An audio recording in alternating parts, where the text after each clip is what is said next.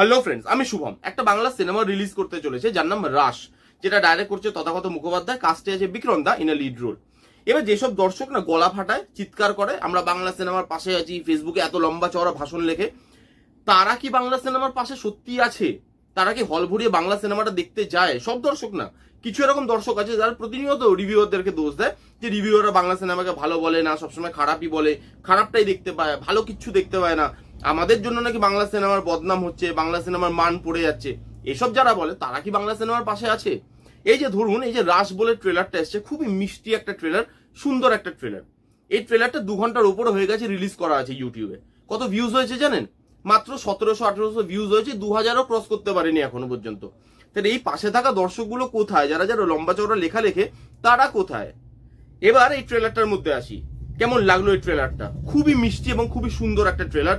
যারা যারা দেখেননি জান গিয়ে ট্রেলারটা দেখে আসুন, খুবই সুন্দর একটা ট্রেলার করেছে।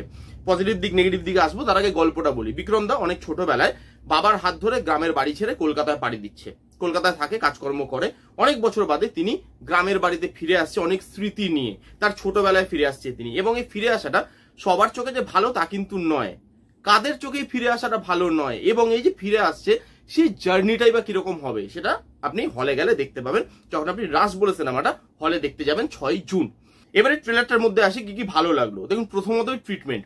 আমরা প্রতিনিয়ত না কমপ্লেন করে থাকি যে বাংলা সিনেমা 4 দেওয়ালের মধ্যে বন্দী হয়ে গেছে, বাইরে বেরোয় না, রুটনেসের কথা বলে না। যে সাউথরা বলে, তারা রুটনেস নিয়ে অনেক কথা বলে, আমরা বলি না। এই যে এই ট্রেলারটা কিন্তু কথা বলছে। এই যে গ্রাম বাংলা, সেই গ্রাম বাংলার যে পরিবেশ, সেখানকার মানুষজন, সেখানকার স্মৃতি, সেখানে ফিরে আসা, আমাদের হারিয়ে যাওয়া যে দিনগুলো, সেই দিনগুলো নিয়ে কথা বলছে। এবং তার জন্য রুটনেসটা দরকার। এই ট্রিটমেন্টে সেই রুটনেসটা দেখতে বেশ ভালো লাগছে। গ্রামের যে দৃশ্যগুলো, সেগুলো দেখতে ভালো লাগছে। এটা ফ্যামিলি অডিয়েন্সের জন্য তৈরি একটা সিনেমা, কিন্তু এটাকে 4 দেওয়ালে আবদ্ধ করা হয়নি, 4 দেওয়ালের বাইরে বেরিয়ে গল্পটা বলছে, এবং সেটা দেখতে বেশ ভালো লাগছে। এই যে লুক অ্যান্ড ফিল, সেই মানে লুক অ্যান্ড ফিলে রুটনেসটা আছে। এই যে বিজিএম, এই সাবজেক্টটার সঙ্গে মিলিয়ে একটা সফট বিজিএম রাখা হয়েছে, যেটা শুনতে বেশ ভালো লাগছে। এই ট্রেলারে যা যা কাস্টিং দেখতে পাচ্ছি, তার থেকে একটা আশা করাই যায় যে পারফরমেন্স কিন্তু আমরা ভালো পেতে চলেছি এই সিনেমার থেকে। এখানে বিক্রম দা আছে, তাকে খুব সুন্দর লাগছে। এবং দেখবেন বিক্রম দা না রিসেন্ট টাইমে অনেক আলাদা আলাদা রোল করছে, দুর্গাপুর জাংশনের মতো, পাড়িয়ার মতো রোল, তারপরে মৃগা আসতে চলেছে, তারপরে এইটা একদম ভিন্ন ধরনের, ভিন্ন স্বাদের বিভিন্ন রোল করছে, যেটা অ্যাক্টর হিসাবে তাকে কিন্তু আরো বেশি শাইন করার একটা জায়গা করে দিচ্ছে। বিক্রম দা ভালো লাগছে। অনির্বাণ চক্রবর্তী আছে, এখানে অর্ণ আছে, সুদীপ দা আছে, এখানে দেবলীনা আছে, এখানে আমাদের অনুসুয়া ম্যাম আছে। অনুসুয়া ম্যাম কি সুন্দর লাগছে, তার প্রত্যেকটা জায়গা, তার কথা বলার একটা আলাদা স্টাইল আছে, সেটা দিয়ে তিনি সবাইকে মন্ত্রমুগ্ধ করে। এখানে অনুসুয়া ম্যামের প্রত্যেকটা ডায়লগ খুব ভালো লাগছে দেখতে।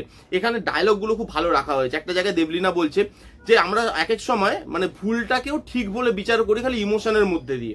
আবার এক জায়গায় মানে একটা জায়গা আছে যেখানে অনুসুয়া ম্যাম বলছে বিক্রমকে যে এই যে তুই ফিরে যাবি, তোকে কি আটকাতে পারবো না তো। এই যে ডায়লগগুলো ইমোশনাল বন্ডিংটা আমাদের কাছে তুলে আনে, ওই মোচড়টা দেয়, বেশ ভালো লাগছে।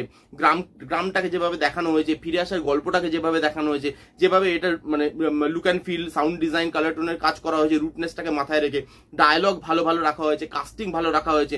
এবং এই গল্পটা, এরকম ধরনের গল্প না বাংলা দর্শক দেখতে ভালোবাসে। ফিরে আসার গল্প, ইমোশনাল গল্প, যেখানে মেমোরিজের জায়গা থাকবে, এরকম ধরনের গল্পের একটা আলাদা দর্শক আছে। সেই দর্শকটাকে এই সিনেমাটা অবশ্যই হলে টানতে পারবে বলে আমার মনে হয়। এই ট্রেলারটা আমার ভালোই লেগেছে সব দিক থেকে। খালি একটাই জিনিস আমার নেগেটিভ লেগেছে, সেটা হচ্ছে ট্রেলারের লেন্থটা বড় হয়ে গেছে। 3 মিনিটের ওপরের ট্রেলারের দরকার ছিল না, আরো কম্প্যাক্ট, আরো ছোট হতে পারতো।